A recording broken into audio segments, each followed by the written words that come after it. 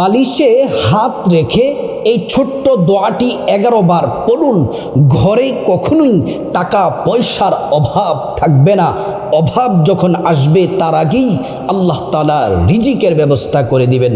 আপনার হায়াতে বরকত হবে, টাকা পয়সায় প্রচুর বরকত হবে, আপনি ধনী হয়ে যাবেন। যদি আপনি বালিশে হাত রেখে এই ছোট্ট শ্রেষ্ঠ মর্যাদাপূর্ণ দোয়াটি যদি আপনি 11 বার পাঠ করতে পারেন, বৃষ্টি যেমন করে বর্ষণ হয়, নদীর স্রোত যেমন করে আসে, আপনার জীবনে আয় রুজিতে বরকত তেমন করে আসতে থাকবে। মহান আল্লাহ রাব্বুল আলামিন কোরআন শরীফের মধ্যে সব সমস্যার সমাধান রেখেছেন। অভাব অনটন কীভাবে দূর করতে হয়, অভাব অনটনে পড়লে কীভাবে মুক্তি পেতে হয়, কি কাজ করলে ধনী হওয়া যায়, কি কি আমল করলে ধনী হওয়া যায়, সব সমস্যার সমাধান আল্লাহর কোরআনে আছে। আমরা যখন অভাবে পড়ে যাব, টাকা পয়সার প্রয়োজন হবে, আল্লাহকে যদি ডাকি, আল্লাহ তাআলা উদুনি আস্তাজিব লাকুম সাথে সাথে জবাব দেন। ওয়াইদা সালাকা ইবাদি আন্নি ফাইন্নি করিব উজিবু দাওয়াতাদ দাঈ ইযা দাআন। আল্লাহ পাক বলেন, মুহাম্মদ সাল্লাল্লাহু আলাইহি ওয়াসাল্লাম, আমার বান্দারা যদি আপনাকে জিজ্ঞেস করে, আপনাকে প্রশ্ন করে আমি আল্লাহ সম্পর্কে, আপনি বলে দেন ইন্নী করিব, আমি আল্লাহ অতি নিকটেই আছি, আমি আল্লাহর কাছে যা চাইবা আমি আল্লাহ পাক তাই দিব। সুবহানাল্লাহি ওয়া বিহামদিহি। আসমান এবং জমিনের ধনভাণ্ডারের চাবি আল্লাহর কাছে। আল্লাহ যাকে চান তাকে ধনী বানান, রিজিক দেন, ধন দৌলত দিয়ে আল্লাহ তাআলা ধনী বানিয়ে দেন। যদি আপনি রাতের বেলা ঘুমানোর আগে বালিশের মধ্যে হাত রেখে ছোট্ট দোয়াটি যদি পড়তে পারেন, আল্লাহর উপর পরিপূর্ণ ভরসা করে, ওয়ালাউ আন্না আহলাল কুরা আমানু ওয়াত্তাকাউ লাফাতাহনা আলাইহিম বারাকাতিম মিনাস সামাই ওয়াল আরদ। আল্লাহ রাব্বুল আলামিন বলেন, হে ঈমানদারেরা শোনো, যে নারী যে পুরুষ আল্লাহর প্রতি পরিপূর্ণ ঈমান আনবে, আল্লাহকে ভয় করবে, ভয় করে করে ইবাদত করবে, বন্দেগী করে জিকির করবে, আমল করবে, আল্লাহ পাক বলেন ফাতাহনা আলাইহিম বারাকাতিম মিনাস সামাই ওয়াল আরদ। আসমান এবং জমিনের যত বরকতের দরজা আছে, সবগুলা বরকতের দরজা আল্লাহ রাব্বুল আলামিন খুলে দেন। আল্লাহু আকবার। প্রিয় মা বোনেরা আমার, মুসলিম ভাইরা ভালো করে শুনুন, মহান আল্লাহ সুবহানাহু তাআলার কাছে যে কোনো সমস্যার জন্য যদি আল্লাহকে বলতে পারেন, সব দোয়া আল্লাহ পাক কবুল করেন। আজকে যে স্পেশাল আমলটি, রাতে ঘুমানোর আগে বালিশে হাত রেখে এই ছোট্ট দোয়াটি যদি পড়তে পারেন, আপনার ঘরে টাকা পয়সা আসতেই থাকবে, কখনোই সংসারে অভাব অনটন আসবে না, রিজিক আল্লাহর পক্ষ থেকে আসতে থাকবে, আপনার চাকরি ব্যবসাতে বরকত হবেই হবে ইনশাল্লাহ। এই আমলটি করার জন্য আপনাকে সর্বপ্রথম সুন্দর করে ওযু করা লাগবে। ওযুটা করতে হবে নবীর তরিকা মতো। ওযু করার শুরুতে পড়ে নেবেন বিসমিল্লাহির রহমানির রহিম। সুন্দর করে ওযু করবেন। ওযু করলে 2টি পুরস্কার, ভালোভাবে ওযু করলে 2টি পুরস্কার। 1 নাম্বার, ওযুর পানির সাথে গুনাহগুলা সব ঝরে ঝরে পড়ে যাবে।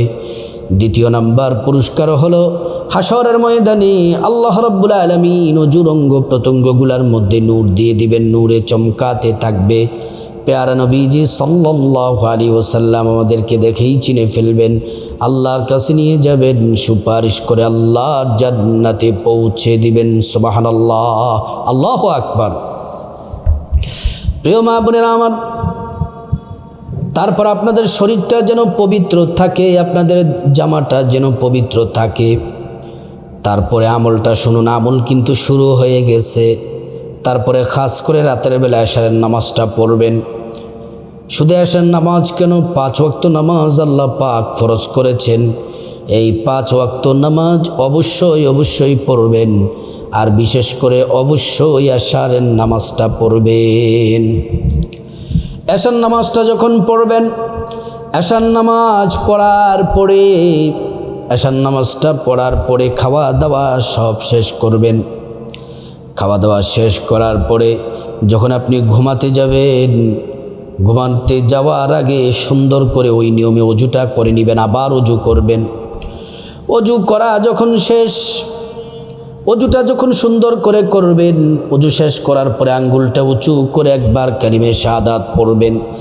আশহাদু আল্লা ইলাহা ইল্লাল্লাহু ওয়াহদাহু লা শারীকা লাহু ওয়া আশহাদু আন্না মুহাম্মাদান আবদুহু ওয়া রাসূলুহু। কালিমে শাহাদাত পড়লে কি হবে? আল্লাহ রাব্বুল আলামিন জান্নাতের ফেরেশতাদেরকে বলবেন, জান্নাতের গেটগুলা খুলে দাও, দরজাগুলা খুলে দাও। আমার বান্দারা যে দরজা দিয়ে মনে চায় সে দরজা দিয়ে জান্নাতে প্রবেশ করবে আর জান্নাতের না যে নিয়ামত ভোগ করবে। সুবহানাল্লাহ, আল্লাহু আকবার। প্রিয় মা বোনেরা আমার ভালো করে শুনুন।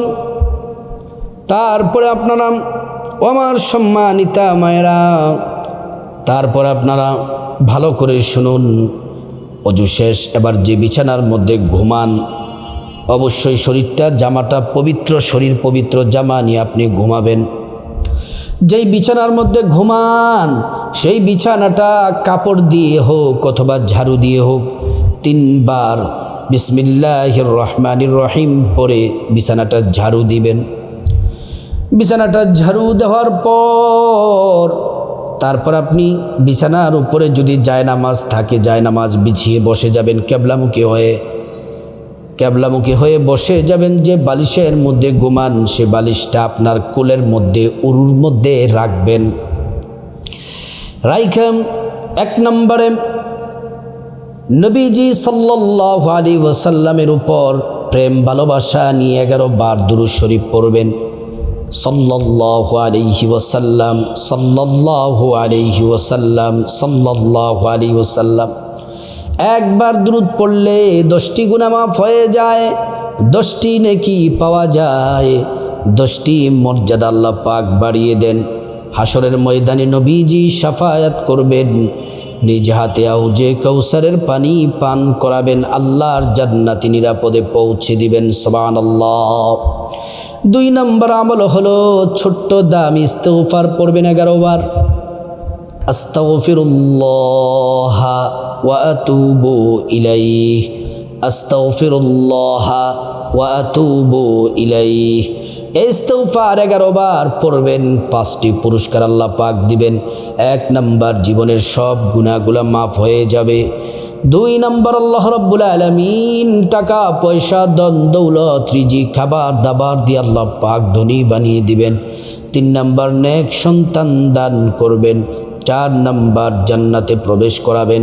5 নম্বর, জান্নাতের নহর থেকে শরবত পান করাবেন। 3 নম্বর আমল হলো বড় দামি বালিশের মধ্যে হাত রেখে আল্লাহ পাকের এই শ্রেষ্ঠ নামটি, ইসমে আজমটি, এই 3 নম্বর আমল 41 বার পড়বেন। 11 বার পড়বেন, কমপক্ষে 11 বার, যদি বেশি সুযোগ হয় 41 বার পড়বেন। আল্লাহ পাকের নাম ইসমে আজম পৃথিবীর সর্বশ্রেষ্ঠ দোয়া, সূরা আর রহমানের শেষে আছে, এটা সর্বশেষ আয়াতে। সেটা পড়বেন 11 বার অথবা 41 বার। ইয়া যাল জালালি ওয়াল ইকরাম, ইয়া যাল জালালি ওয়াল ইকরাম। প্রিয় মা বোনেরা আমার, তারপরে আপনারা 4 নম্বর যে আমল করবেন, আরেকটি দোয়া, যে দোয়া পড়লে আল্লাহ তাআলা দোয়া কবুল করেন, আপনার মনের যত আশা আছে সব চাওয়া পূরণ করবেন, কবুল করবেন।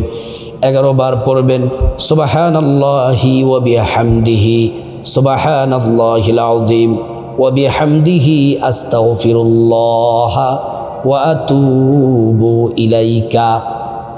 আবারও বলছি, সুবহানাল্লাহি ওয়া বিহামদিহি সুবহানাল্লাহিল আযীম ওয়া বিহামদিহি আস্তাগফিরুল্লাহ ওয়া আতুবু ইলাইকা।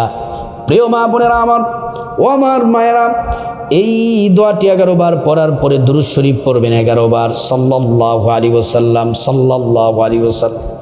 তারপর আল্লাহর কাছে মুনাজাত দিবেন। মুনাজাত দিয়ে বালিশটা কোল থেকে সরায়া ফেলবেন, আল্লাহর কাছে মুনাজাত দিবেন। মুনাজাতে হাত তুলে 3 বার আবারও পড়বেন, ইয়া দাল জালালি ওয়াল ইকরাম, ইয়া দাল জালালি ওয়াল ইকরাম, ইয়া দাল জালালি ওয়াল ইকরাম। চোখের পানি ছেড়ে আল্লাহর কাছে প্রথমে আপনার গুনাহ মাফ চাইবেন, তারপর মা বাবা, ভাই বোন, স্ত্রী, ছেলে মেয়ে, আপনজন, আত্মীয় স্বজন সবার গুনাহ মাফ চাইবেন। প্রত্যেকের গুনাহগুলো আল্লাহ তাআলা মাফ করে দিবেন। তারপর রব্বুল আলামিনের কাছে টাকা পয়সা, ধন দৌলত, রিজিক, খাবার দাবার, নেক হায়াত, নেক সন্তান, নেক পরিবার, পরকালের জান্নাত চাইবেন। যত চাওয়া আছে চাইবেন, সব দোয়া আল্লাহ পাক কবুল করবেন। তারপর আল্লাহর কাছে বলবেন আপনার দুঃখ সমস্যাগুলা, বিপদ মুসিবত, যত বিপদ আছে বলবেন, অসুস্থতার কথা বলবেন, ঋণের কথা বলবেন, দুঃখ কষ্টের কথা বলবেন, অ্যাক্সিডেন্ট দুর্ঘটনা থেকে হেফাজতের কথা বলবেন। যত দোয়া করবেন সব দোয়া আল্লাহ পাক কবুল করবেন। তারপর আল্লাহ রাব্বুল আলামিনের কাছে আপনার মা বাবা, আত্মীয় স্বজন, পূর্বপুরুষ যারা কবরস্থ তাদের জন্য দোয়া করবেন। আল্লাহ রাব্বুল আলামিন তাদেরকে ক্ষমা করে জান্নাতবাসী করে দিবেন। আল্লাহ তাআলা শ্রেষ্ঠ আমলগুলা করার আল্লাহ রাব্বুল আলামিন এই শ্রেষ্ঠ আমলটি যেন আমরা করতে পারি আল্লাহ পাক তৌফিক দান করুন।